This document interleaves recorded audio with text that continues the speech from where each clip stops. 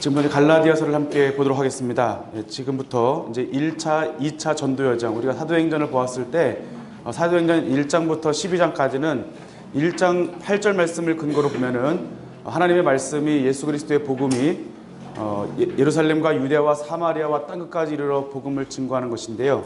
1장부터 12장까지는 예루살렘과 유대와 사마리아까지, 그리고 13장부터는 땅끝까지 이르러 복음이 증거되는 그러한 여정이 나와 있습니다. 그래서 우리가 13장, 14장, 15장을 1차 전도 여정이라고 하고 16, 17, 18장을 우리가 2차 전도 여정이라고 보는데 그 기간 동안에 있었던 일들을 저와 지금부터 한 2시간 정도 함께 보도록 하겠습니다. 성경을 분류할 때 우리가 마태복음부터 요한복음까지 있는 이러한 내용을 복음서라고 하고요. 사도행전이라고 하는 역사의 빨래줄에 우리가 서신서를 함께 본다고 말씀드렸습니다. 이 연도 가운데 있는 그 지역의 유대의 상황이나 아니면 로마의 상황이나 그 이방의 상황들을 보면서 그 지역에 있었던 그 하나님의 말씀을 증거하는 것인데, 그 지역에 풍토나 풍습이 있고요. 또 문화가 있고요. 그 가운데 그 성도들이 어떻게 신앙생활을 했고, 또 어떻게 그들이 어떤 문제가 있었으며 그들에게 어떤 복음을 증거해서 다시 예수 그리스도의 복음으로 돌아오게 하는 것. 그래서 사도 바울이나 베드로 사도나 말씀을 증거하실 때 나타난 것은 그리스도의 복음이 굉장히 중요합니다. 그리스도의 복음은 예수님의 십자가와 부활로 새로운 생명을 얻게 되는 것인데, 이것이 단순하게 전해지는 것이 아니라 예수 그리스도의 십자가와 부활의 사건이 사도들에게 전해지고 이것이 교회 전통을 따라 흘러내려가는 것인데, 이것이 복음이라고 하는 것은 단순하게 사도 바울이 전하는 것이 복음이 아니라 이 복음의 내용이 무엇이냐, 바로 예수님의 십자가와 부활이라고 하는 것이죠. 그래서 이 복음의 전통성을 깨는 것, 복음을 깨는 것에 대해서 경계하고 다시 예수 그리스도의 복음으로 돌아오게 하여 교회가 다시 회복되게 하는 그 말씀을 우리가 서신서라고 보시면 되겠습니다. 바울 사도께서 전도 여정을 5번 가셨는데 1차 때는 우리가 1차 전도 여정 때 한 권 쓰였죠. 바로 갈라디아서 쓰셨고요. 2차 때는 16, 17, 18장 해서 우리가 2권인데 이때 데살로니가 전서 후서입니다. 3차 때는 19장부터 21장까지 해서 고린도 전서, 고린도 후서, 로마서이고요. 4차 때는 이제 이것을 옥중서신이라고 하죠. 또 아까 사도행전 때 보니까 연금서신 이렇게 말씀하시는데 어쨌든 옥중서신이고요. 보시면 여기에서는 애빌 골골 이렇게 감옥에 있으니까 힘드시죠. 그러니까 애꼬 빌빌 해가지고 애골 빌빌 여러분 이렇게 이해하시면 조금 이해할 때 좀 편할 것이고요. 그다음에 마지막에는 이제 5차로서 디모데 전서, 디도서, 디모데 후서 마지막 편지를 쓰시면서 생을 마감하시는 것을 우리가 볼 수 있겠습니다. 이 가운데 우리가 내일 오후에 가면은 일반 서신을 보시는데, 일반 서신은 우리가 수신자가 누구 이름이죠? 수신자가 기록자의 이름이라고 그랬죠. 그래서 우리가 수신자가 아니죠. 책의 이름이요. 책의 이름이 기록자의 이름이라는 것을 여러분이 보시면 좋겠고요. 이렇게 하나님의 복음이 퍼져가는 것을 볼 수가 있겠습니다. 그래서 우리 서신서를 이해할 때는 이 가운데는 어떤 그 내용, 칭의나 아니면 교회론이나 이런 것들이 단순하게 그 칭의론을 하기 위해서 로마서나 갈라디아서 쓰신 것이 아니라 그 교회를 향한 아버지 하나님의 사랑이라는 것이죠. 그 교회 가운데 복음이 변질되었기 때문에 그 교회에 칭의에 대한 부분이 필요했다고 한다면 그 칭의를 다시 알려주기 위해서 그리스도의 복음의 입장에서 칭의를 설명해 준다, 이렇게 생각하시면 되겠고, 그렇기 때문에 여러분이 책을 보실 때에는 신학적 관점이 아니라 그 교회의 배경을 보시죠. 그래서 우리가 하말성역경에서 가장 중요하게 여기는 것 중에 하나가 뭐냐면, 이 성경에 기록됐을 때 배경이나 기록 연대를 중요하게 여기는 것은 그래야 그 당시의 상황을 알 수 있기 때문에 저희들이 그런 관점에서 이런 것들이 좀 자세하게 본다는 것을 여러분이 아시면 좋겠습니다. 그다음에 바울의 전도 여정이죠. 이거 다 보셨죠, 아까?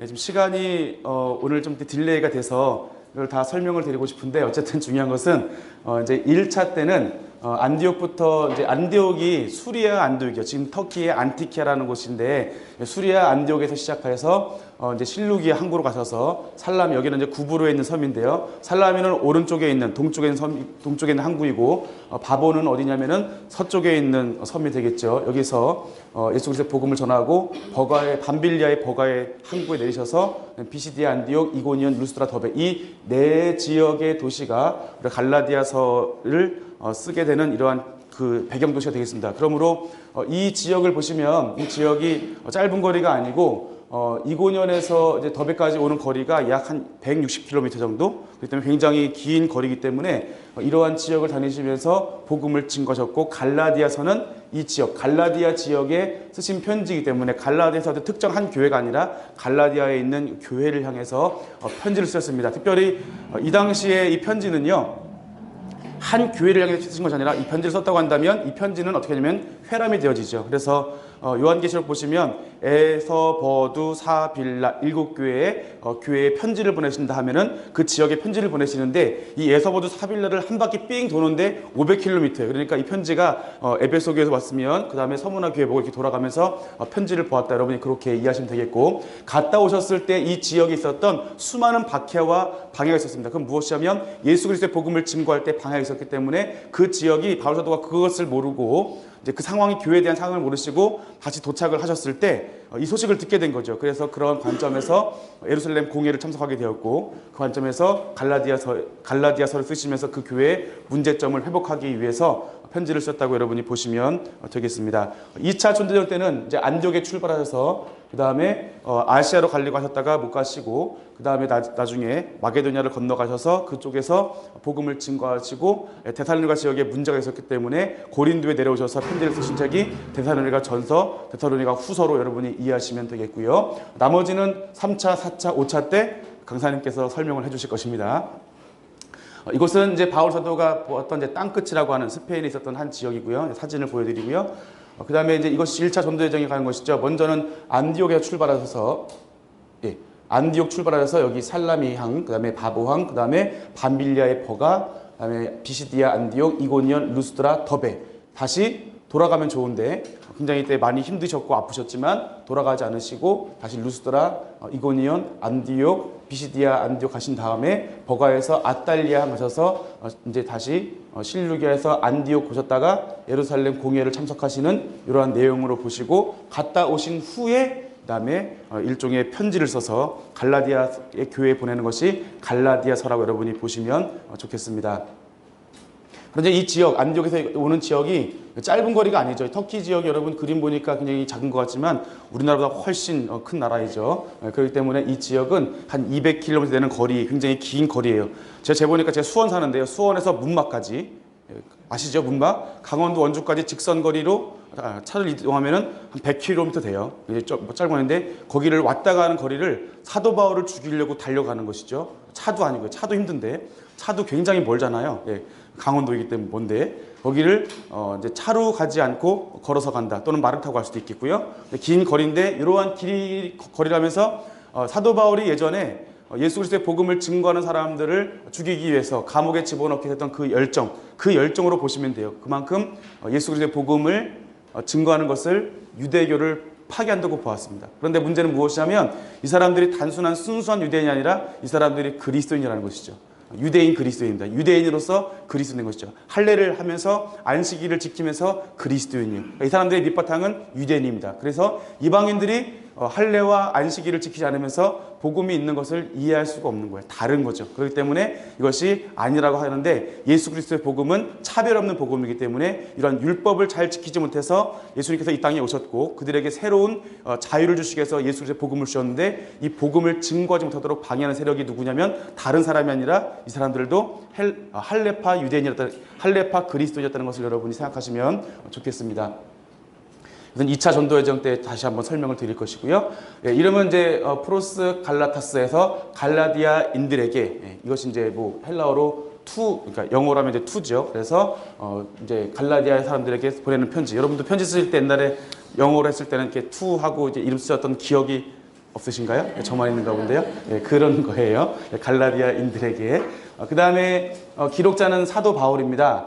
사도 바울에 대한 책이 학자에 따라서 어떤 분은 13권이다, 어떤 분은 8권이다 라고 하시는 분이 있는데, 근데 이 갈라디아서, 로마서 같은 경우는 사도 바울이 기록했다고 모든 학자들이 다 인정하는 책이고 의심성이 없는 책으로 다 인정하고 있습니다. 뭐 소수학자가 이렇게 지정했지만 이것을 뒤집지 못했고, 다시 말하면 사도 바울이 기록한 증거가 충분하기 때문에 바울 사도가 기록했다, 이렇게 보시면 되겠습니다.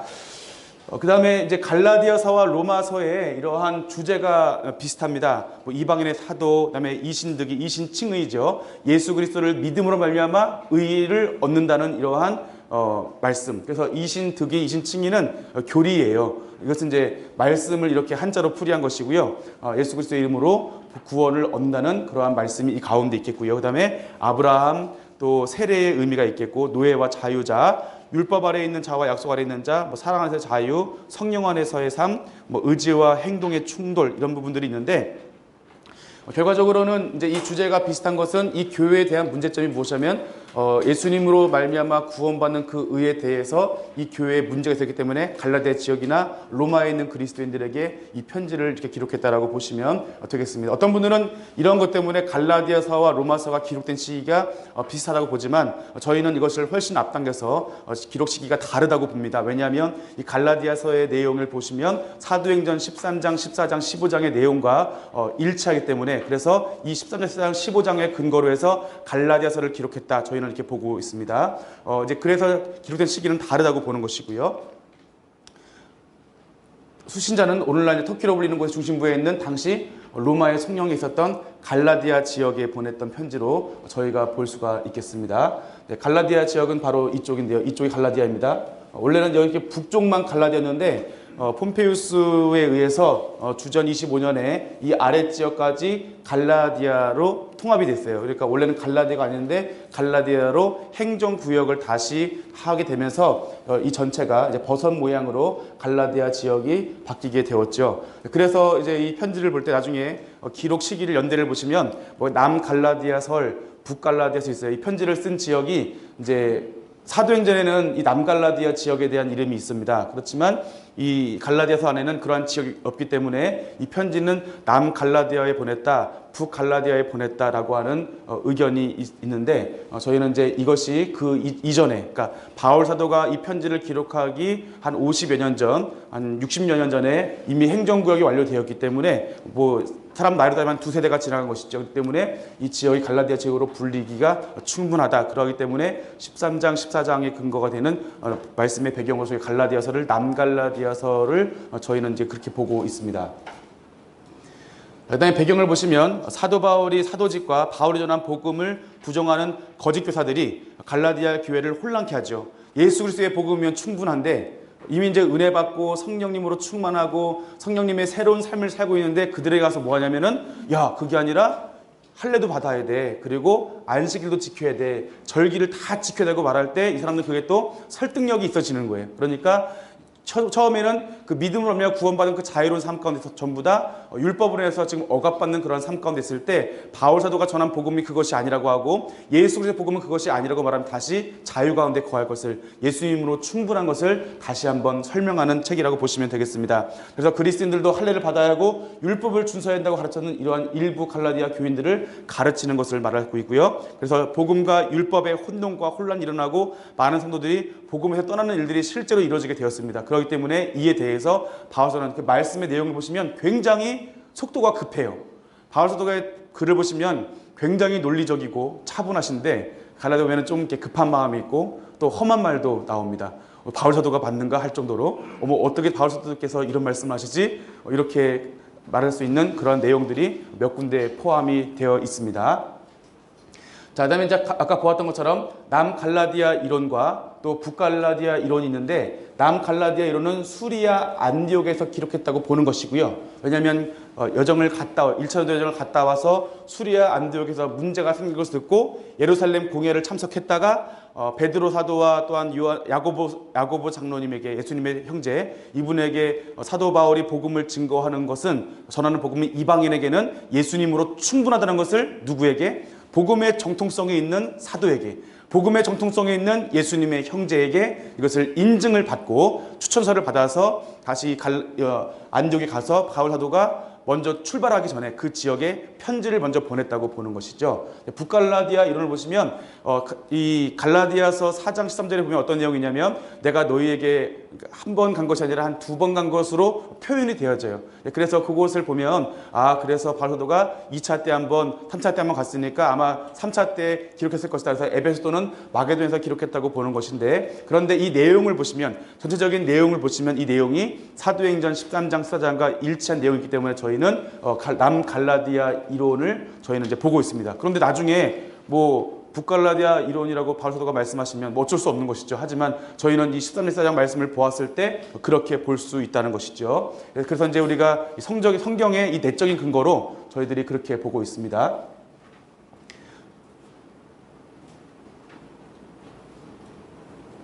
자, 그 다음에 이제 저희가 기록 연대 다시 보고 왔고요. 기록 목적은 바울 사도의 사도권을 주장하기 위해서 변호하게 보는 거죠. 왜냐하면 그 사람이 말이 참이 아니라는 것을 말하기 위해서는 그 사람이 거짓말장이거나 그 사람이 흠을 내면 되는 거예요. 사도 바울은 항상 자신이 누구냐면 사도라고 말했어요.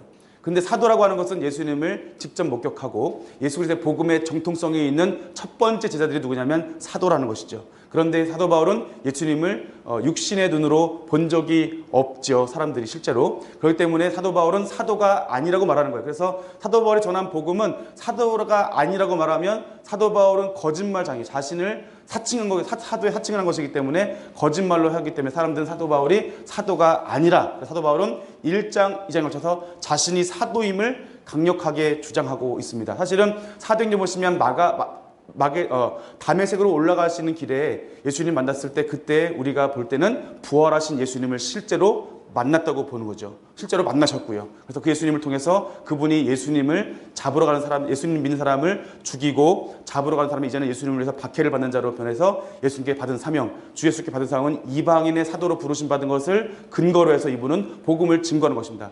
그래서 어떤 의미에서는 사도 바울이 변화되었고 자신이 사도인 것을 밝히지 않으면 오히려 복음을 전하는데 조금 더 수월할 수 있을지 모르겠습니다. 그렇지만 사도 바울이 복음을 증거하는 그 근거는 무엇이냐면 예수님께서 불러주신 그 이방인의 사도로 이방인의 빛으로 불러주셨기 때문에 이분은 이것을 포기할 수 없는 거예요.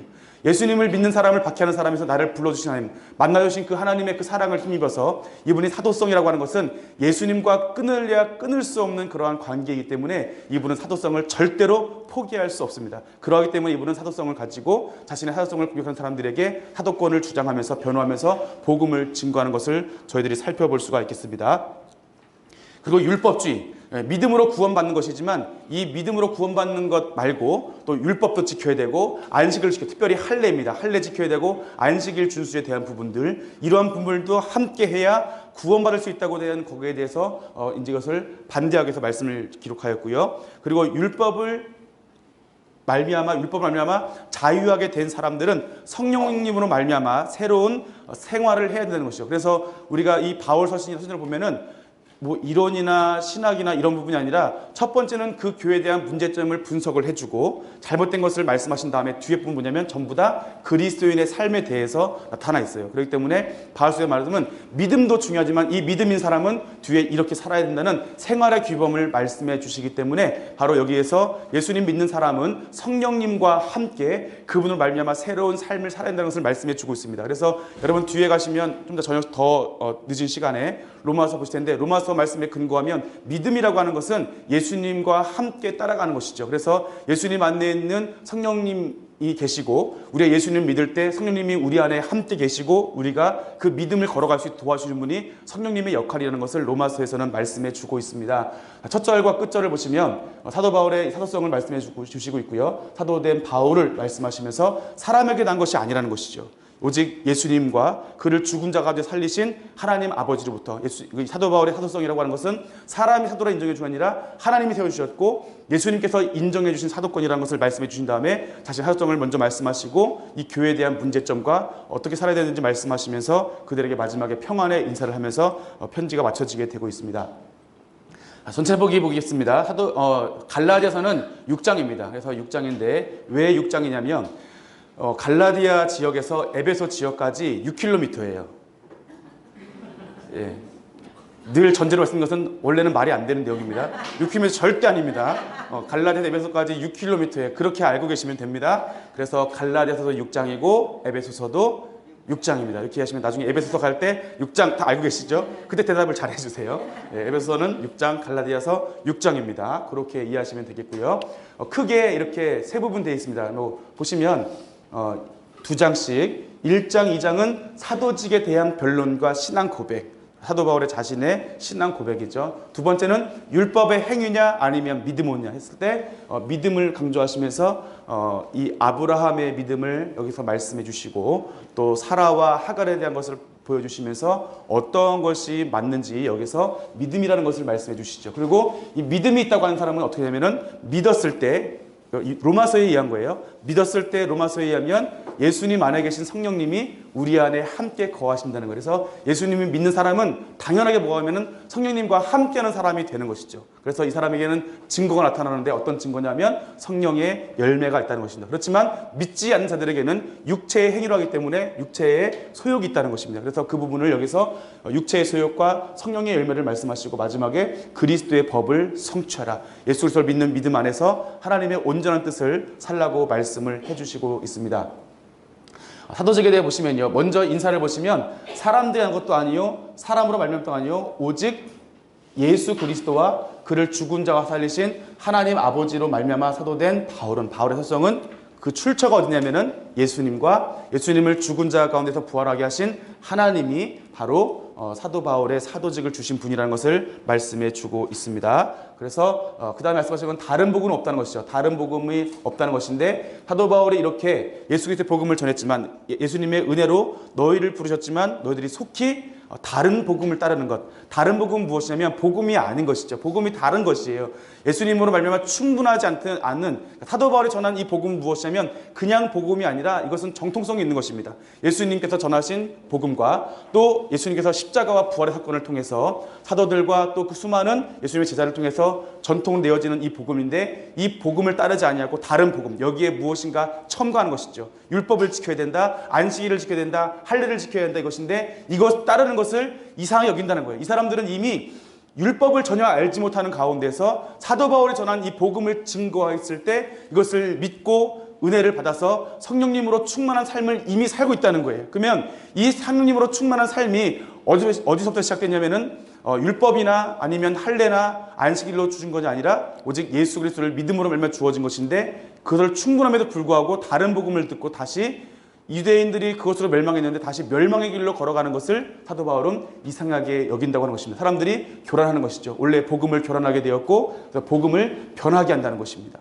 복음을 다르게 전하게 되고 그래서 예수님의 복음이라고 하는 것은 잘못 전한 복음은 천사들이라서 잘못된 거 복음 전하면 저주를 받을 것이라고 말씀해 주고 있습니다. 그래서 우리가 전에 말할 거니라 내가 지금 말하노니 만일 누구든지 받은 것 외에 다른 복음을 전하면 저주를 받을지어다. 이게 사실은 사도 바울이 이제 굉장히 좀 과격하게 편지에 초반부터 강하게 말씀하시는 부분이겠고요. 그래서 사도 바울이 말하는 것은 내가 사람들을 좋게 하냐 하나님께 좋게 하냐 사람들의 기쁨을 구하냐 내가 지금까지 사람들의 기쁨을 구했다면 내가 그리스도의 종이 아니라는 거예요. 힘듦에도 불구하고 사도 바울이 복음을 증거할 때 루스드라에서는 돌에 맞아 죽을 뻔한 그렇게까지 하면서 예수님을 믿으면 구원된다고 증거했던 그분인데 이것은 사람을 기쁘게 하기 위해서는 그렇게 하지 않았다는 것이죠. 하나님을 기쁘게 하시기 위해서 그러한 복음을 정했고 다시는 그래서 그리스도의 종이라는 것을 말씀해 주고 있습니다.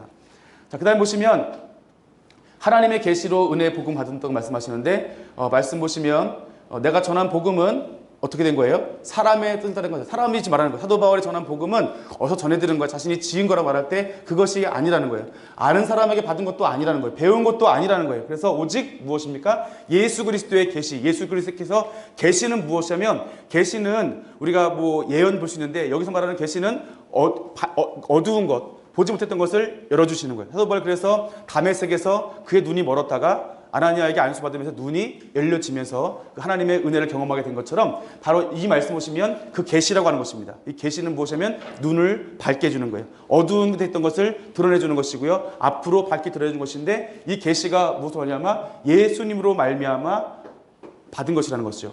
사도 바울이 그럼 그 이전에는 복음을 몰랐냐? 복음을 알았을 거예요. 예수님의 십자가와 그 부활의 복음을 알았을 것입니다. 그렇지만 알았지만 이것이 아닌 거예요. 이것을 이해할 수 없었고 이것을 알지 못했습니다. 그렇기 때문에 이렇게 전하는 사람들을 이렇게 믿는 사람들을 핍박을 했던 것이죠. 그렇지만 이제는 그 예수님의 십자가와 부활이 깨달아지게 되었고 이 복음의 출처는 바로 예수 그리스도를 통해서 받은 것이라고 하는 것을 정통성을 말씀해 주고 있습니다. 그래서 예전에는 자신이 이렇게 심하게 박해하였고 내가 연갑자보다 나이가 더 많은 사람 나보다 더 훌륭한 사람보다 내가 더 열심히 율법의 의를 지켜나갔다는 것이죠. 그렇지만 하나님께서 나를 택정하시고 그 애으로 나를 부르신 것을 말씀해 주고 있습니다. 내가 그래서 이 부분에서 예수님께 받은 계시를 내가 혈육과 의논하지 않았어요. 사람과 의논하지 않고 사도들을 만나지 않고 곧바로 아라비아로 가고 밤에 돌아가서 이 복음을 증거한 것을 말씀해 주고 있습니다. 그런데 후에 보니까 3년 만에 예루살렘에 방문했는데 거기에서 내가 야고보나 다른 사도 외에는 만나보지 못한 거예요. 그러니까 내가 사람 만난 것은 만났긴 만났는데 다른 사람이 아니라 야고보 외에는 만나지 못했고 다른 사람 만나지 못했다는 거예요. 다시 말하면 그 어떤 누구에게도 자신이 그 복음에 대해서 말을 섞거나 하지 않았다는 것을 분명히 말씀해 주면서 자신이 나중에 갔지만 마지막에 자신이 사도 바울이 전하는 복음을 듣고 사람들이 뭐라냐면 우리를 박해하는 자가 전에 멸하려던 그 믿음을 지금 전한다음을 듣고 나로 말미암아 하나님께 영광을 돌리더라. 그러니까 사람으로부터 받은 복음이 아니고 오직 예수님께 받은 복음인데 이 복음 보았더니 나중에 보았더니 이것이 어떻게 되는 거예요? 일치가 된 것이죠. 그러니까 사도 바울의 전한 복음은 예수님께 받은 이 복음의 정통성이 있는 것이고 그렇기 때문에 자신의 사도성은 정통성이 있다라고 보는 것을 사도 바울이 강력하게 주장을 하고 있습니다. 다른 이방의 사도를 말씀해 주고 있는데 그래서 14년 후에 바나바와 함께 디도를 데리고 예루살렘을 갔을 때 이때 다른 사람이 가지 않고 조용히 간 것은 자신의 발걸음을 헛되지 않게 해서 보냈다는 것을 말씀해 주고 있고요. 자, 그래서 이방의 사도로 말씀하시는데 이제 가만히 들은 것은 우리의 자유를 엿보고 종으로 삼고자 하는 이런 것 때문에 이제 조용히 들어갔던 것을 말씀해 주고 있고요. 또 보시는 것은 이제 7절 8절 말씀을 다 함께 읽어보겠습니다. 도리어 그들은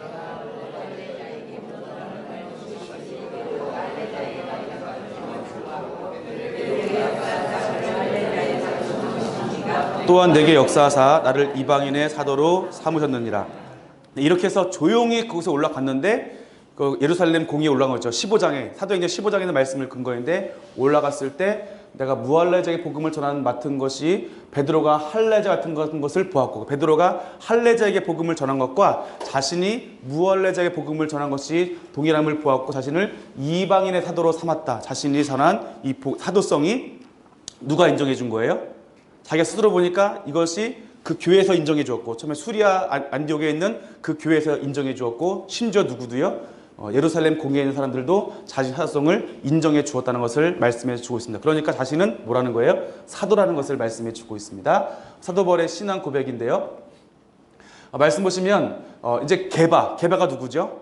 베드로. 사도 바울은 이제 여기서 좀 베드로에게는 부끄러운 말인데 베드로를 책망한 것을 말씀해 주고 있어요. 베드로가 누구냐면 예수님의 수제자잖아요. 그러니까 이 교회에서는 베드로 그 주의 형제 야고보, 요한 이 세 분이 굉장히 이제 권위를 가지고 있는 이 교회에서 지도자에 있는 분이신데 그 중에 한 분 게바, 예수님의 수제자, 예수님을 주는 그리스도시요 살아계신 하나님의 아들이라고 고백했던 이 베드로를 뭐 했습니까? 심지어 책망까지 한 거예요. 그들에게는 베드로가 무엇입니까? 최고예요. 유대인 그리스도인에게는 베드로가 최고인데 이방인의 사도인 바울이 뭐 하냐면은 베드로 사도를 심지어 책망한 것을 말하는 거예요. 그 이유는 무엇이냐면 어떤 사람들이 오게 되었을 때 그 사람들이 밥을 먹을 때 베드로 사도가 밥을 먹다가 이방이라 먹는 걸 보고서 이제 자기가 하면은 어떻게 유대인이 이방인과 함께 밥을 먹느냐 이 소리를 들을까봐 슬그머니 피해가지고 안 먹은 척한 것을 베드로 사도가 바울 사도가 베드로 사도를 책망한 것을 말씀해 주고 있습니다. 그래서 하시는 말씀이 무엇이냐면 자신이 유대인으로서 이방인을 따르고 유대인답게 살지 아니하면서 억지로 이방인답게 하려느냐는 말하는 거니까 베드로 사도께서 유대인이면서 처음에는 이방인처럼 밥을 먹다가 유대인이 오니까 이방인이 아닌 척하고 이런 걸 통해서 어떻게 이렇게 하냐면서 베드로를 책망한 것을 말씀해 주고 있는 거예요. 그러니까 자신은 자신의 예수님께 받은 계시는 누구에게요? 수리아 안디옥에서 인정받았고 예루살렘 공에서 인정받았고 이 사도권을 가지고 심지어 보니까 너희들이 그렇게 추종하는 베드로 사도도 나한테 책망을 받을 정도로 나는 그리스도의 복음에 온전한 자라고 하는 것, 사도성이 있다는 것을 여기서 말씀해 주고 있습니다. 우리가 본래 이방 죄인이지만 그리스도를 믿음으로 우리가 구원 온다는 것을 말씀해 주고 있고요. 이것이 바울 사도의 신앙 고백입니다. 함께 읽어보겠습니다. 내가 그리스도와 함께 십자가에 못 박혔나니 오직 내 안에 그리스도께서 사시는 것이라. 이제 내가 육체 가운데 사는 것은 나를 사랑하사 나를 위하여 자기 자신을 버리신 하나님의 아들을 믿는 믿음 안에서 사는 것이라. 아멘. 이제 자신이 사는 것은 이전에는 율법을 통해서 자신의 그 의를 위해서 살았지만 이제는 내 안에 계신 그 예수님을 위해서 하나님의 아들을 믿는 믿음 안에 산다는 것을 고백하고 있습니다. 이것이 그리스도의 삶의 본질인 것을 말씀해 주고 있습니다. 그 다음에 이제 3장, 4장을 보시면 의인은 믿음으로 산다는 것을 말씀해 주고 있는데 여기에서 믿음으로 성령을 말씀하시는데 3장 1절을 보시면 어리석도다 갈라디아 사람들아, 이 말이 있는데 어리석도다 갈라디아 사람 보면은 이제 이것이 여기에서는 이제 성경이니까 이제 우리 한글 성경은 좀 이렇게 말을 완곡하게 표현한 것들이 좀 많아요. 그래서 어리석도다, 이것은 굉장히 엄격한 표현이고, 이것을 헬라로 보시면 어떤 표현이냐면은 이 멍청한 사람들아, 이제 이런 표시예요. 그래서 이제 이 멍청한 갈라디아 사람들아 이렇게 말하면서 그리스도의 십자가를 지시고 못 박히신 것이 너희 눈앞에 밝히 보였거든. 성령님을 체험해서 그것을 경험했고 부활을 경험한 너희 삶의 그런 변화를 깨달은 그러한 사람들인데 누가 너희를 꾀느냐라고 말하면서 너희가 성령을 받은 것이 율법의 행위냐 아니면 듣고 믿음이냐. 그러니까 듣고 믿음으로 구원받았는데 듣고 믿음으로 성령님을 따라 살아가는데 왜 어찌하여서 율법의 행위로 가느냐. 너희들이 경험하지 못했고 하지 않았고 너희들을 위한 그 율법도 아니었는데 왜 그것을 지키느냐라고 말하고 있는 것이죠. 왜 이렇게 어리석느냐. 성령으로 시작하였다가 이제는 육체로 마치겠느냐. 너희들이 성령님 안에서 잘 시작했는데 왜 그들도 그것 때문에 망했는데 왜 망한 것으로 돌아가느냐라고 책망을 하고 있습니다. 그래서 아브라함을 예를 드는데 아브라함이 어떻게 했습니까? 하나님을 믿음에 그것을 하나님께서 의로 여기신 것입니다. 그래서 이걸 보시면 창세기 말씀인데 아브라함이 여호와를 믿으니 여호와께서 그를 의로 여기시고, 이 말씀 보시면 아브라함은 모세, 율법의 시작인 이 모세보다 430년이나 앞선 분이시죠. 근데 그 모세가 있기 이전에 이미 하나님께서는 아브라함을 의로 여기셨는데 무엇을 통해서요? 믿음으로 이렇게 여기신 겁니다. 그러면 이 아브라함은 누구냐면 유대인의 조상이죠. 부인할 수 없는 분입니다. 아까 마태복음 보시면 마태복음도 족보가 어디서 시작하죠? 아브라함부터 시작하죠. 그러니까 아브라함은 유대인의, 그러니까 말씀은 모세부터지만 율법의 전투성은 모세부터이지만 이 이스라엘 민족의 시작은 아브라함이기 때문에 아브라함 또한, 그들의 민족의 시초인 아브라함 또한 무엇으로 의를 받았냐면 믿음으로 의를 받은 것을 말해주면서, 그러므로 우리가 그의 조상이면 우리 또한 믿음으로 구원을 받는 것이 충분함을 말씀해 주시고 있습니다. 모든 이방인이 너로 말미암아 복을 받으려 하신 이 말씀을 근거로 말씀해 주고 있고요. 자, 그래서 이제 그다음 보시면 그리스도께서 우리를 위해서 저주를 받은 바 되사 율법의 저주에서 우리를 속량하셨으니 기록된 바 나무에 달린 자마다 저주 아래 있는 자라 하였습니다. 이는 그리스도 예수 안에서 아브라함의 복이 이방인에게 미치게 하고 또 우리로 하여금 믿음으로 말미암아 성령의 약속을 받게 하려 하심이라. 예수님께서 모든 저주를 다 받으시고 이제는 아브라함의 그러한 복이 우리 이방인에게도 주어졌다는 것을 말씀해 주고 있습니다. 그다음에 율법과 믿음의 약속을 보시면 하나님의 약속과 율법입니다. 자, 그러면 이 율법이 하나님의 약속과 반대되는 것이냐? 결코 그럴 수 없다는 것입니다. 만일 능히 살게 하는 율법을 주셨다면 의가 반드시 율법은 말미암아 살 것을 말씀해 주시고요. 그 다음에 믿음이 오기 전과 후가 있습니다. 자, 율법이라고 하는 무엇이냐면 우리가 그리스도께 인도하는 초등교사라고 하는 것입니다. 이 초등교사는 과거 이 로마 시대에 가정에 있었던 가정교사입니다. 근데 가정교사는 무엇이냐면 부모가 원하는 모습, 그러니까 부모가 고위층일 거 아니에요. 고위층이 원하는 그 모습대로 자녀를 훈련시켜 주는 거예요. 그래서 훈련시킬 때 훈련은요 쉽지가 않습니다. 훌륭한 군대일수록, 훌륭한 군이 나올수록 더욱더 훈련이 치열하고 굉장히 힘들겠죠. 그렇기 때문에 이 초등교사라고 하는 것은 굉장히 자녀를, 그러니까 부모의 자녀인데 어떻게 보면은 신분이 달라요. 하지만 초등교사예요. 그런데 자기가 초등교사로 이 아이를 양육할 때는 때로는 심하게 꾸질 수 있고, 어떤 초등교사는 매를 줄 수 있었어요. 신분이 다른데도 불구하고 무엇을 위해서요? 부모가 원하는 그 모습을 자라기까지. 그래서 이 초등교사, 율법의 역할은 뭐냐면 초등교사라는 거예요. 그리스도께 인도하는 초등교사. 그런데 이렇게 해서 그들이 예수님께 돌아오는 그 길로서 율법을 주셨다는 것을 말씀해 주시고 있습니다.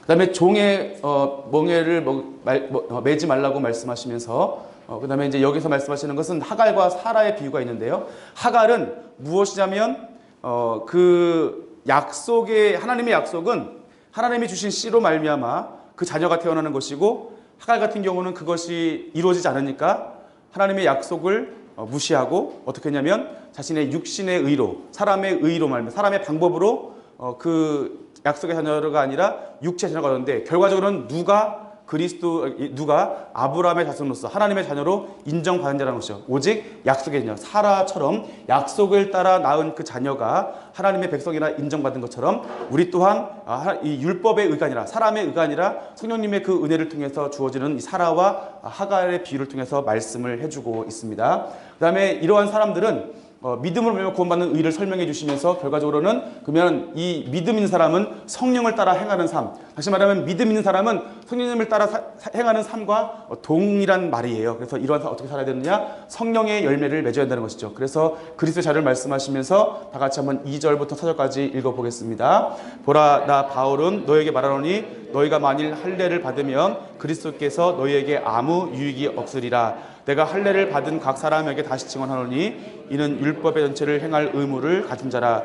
율법 안에서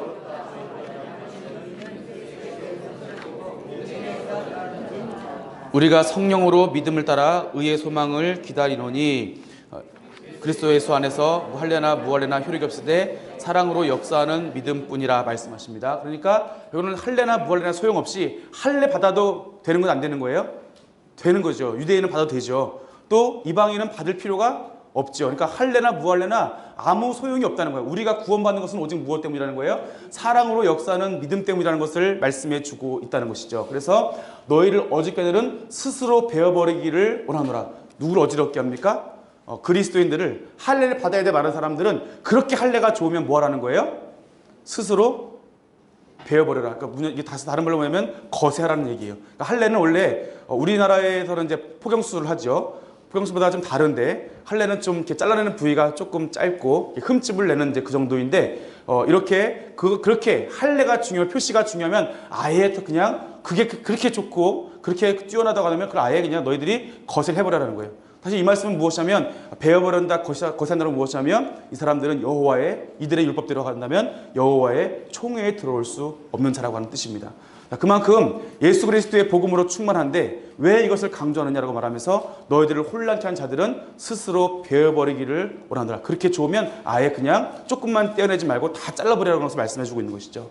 자, 그리고 사랑으로 서로 종로를 타는 것을 말씀해 주고 있습니다. 자, 자유를 위해서. 그래서 그리스도를 믿음을 얼마 받은 그 믿음을 통해서 구원받으면 율법을 지켜야 되나 안 지켜야 했을 때 율법이 요구하는 것을 안 지켜도 되지만 그렇다고 해서 우리가 삶을 포기하라는 말씀은 결코 아니에요. 자유를 위해서 부르심 받았지만 이 주신 자유로 말미암아 그것을 육체의 방종의 길을 삼지 말고 오직 사랑으로 서로 종로로 타는 것, 더 섬기고 더 사랑하라는 거예요. 그러니까 사랑은 모든 율법과 선지라고 말씀하셨잖아요. 그래서 사랑으로 하라는 것을 말씀해주고 있고 그래서 내 이웃사랑이를 내 자신같이 살아. 그래서 하나님 사랑과 이웃사랑은 모든 선지자와 또 모든 모세의 율법이라는 것을 우리 복음서에서 말씀하고 있는 것처럼 그렇기 때문에 이 이웃사랑이라는 것은 결국 하나님의 율법의 의를 이들이 말하는 그 의를 이룰 수 있다는 것입니다. 그래서 예수님의 믿음이 이렇다는 것을 말씀해 주고 있고 그다음에 그들의 삶을 따라서 성령을 따라 살아야 되는데 이 사람들은 육체의 소욕, 그들의 만족을 위해서 그들의 의를 위해서 육체의 소욕을 따르는데 결과적으로 육체로 인해서 시작된 것은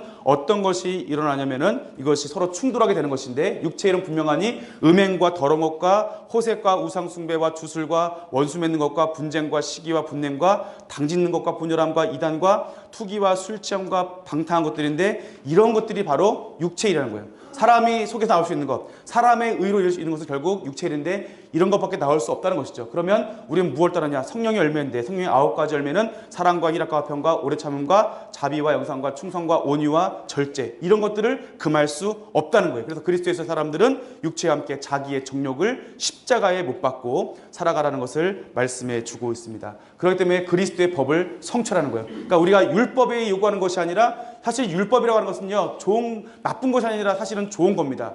율법은 의롭고 거룩하고 선하다고 로마서에 기록되어 있습니다. 그리고 우리가 이 율법을 우리가 예수님 믿음으로 우리가 율법이 요구하는 그 의를 이룰 수 있다는 거예요. 그러면 율법은 나쁜 것이 아니라 좋은 것입니다. 그런데 문제는 무엇이냐면 그 율법을 통해서 하나님의 의에 이룰 수 있다는 거예요. 그것이 아니라 이 율법의 의가 무엇이냐? 하나님의 뜻이고 하나님의 사랑이고 우리를 향한 하나님의 그 말씀인데 이 율법의 의를 이룰 수 있는 것은 우리의 힘으로는 이룰 수 없다는 거예요. 그래서 예수님께서 이 땅에 오셔서 누구든지 예수님 믿는 자마다 예수님이 이미 예수님께서 인간으로 오셔서 그 율법의 의를 온전히 이루셨기 때문에 우리가 예수님 믿는 사람은 예수님 안에 계신 성령님이 우리 안에 거하심으로 인해서 우리가 그 율법의 의를 예수님과 같이 이룰 수 있다는 거예요. 그래서 우리가 믿어야 될 것은 예수님을 믿어야 된다는 것을 말씀해 주고 있습니다. 그래서 그리스도의 법을 성취하라고 하는 것이죠.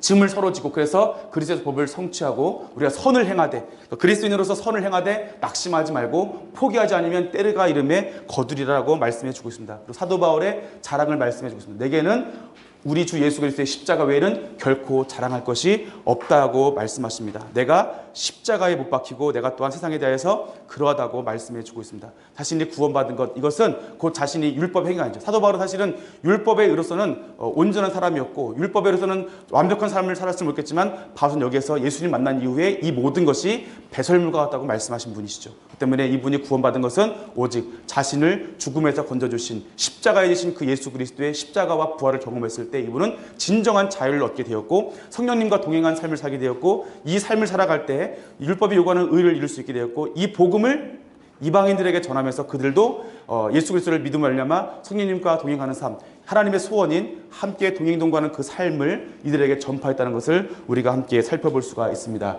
네, 우리 갈라디아서를 마치도록 하겠습니다.